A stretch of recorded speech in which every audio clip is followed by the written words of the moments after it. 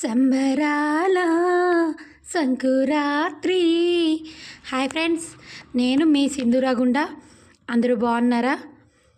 సంక్రాంతి వచ్చేసిందండి, అప్పుడే దగ్గరకు వచ్చేసింది. ఇంకా 2 రోజుల్లో సంక్రాంతి పండుగ అయిపోతుంది. ఎంత తొందరగా రోజులు గడిచిపోతాయో.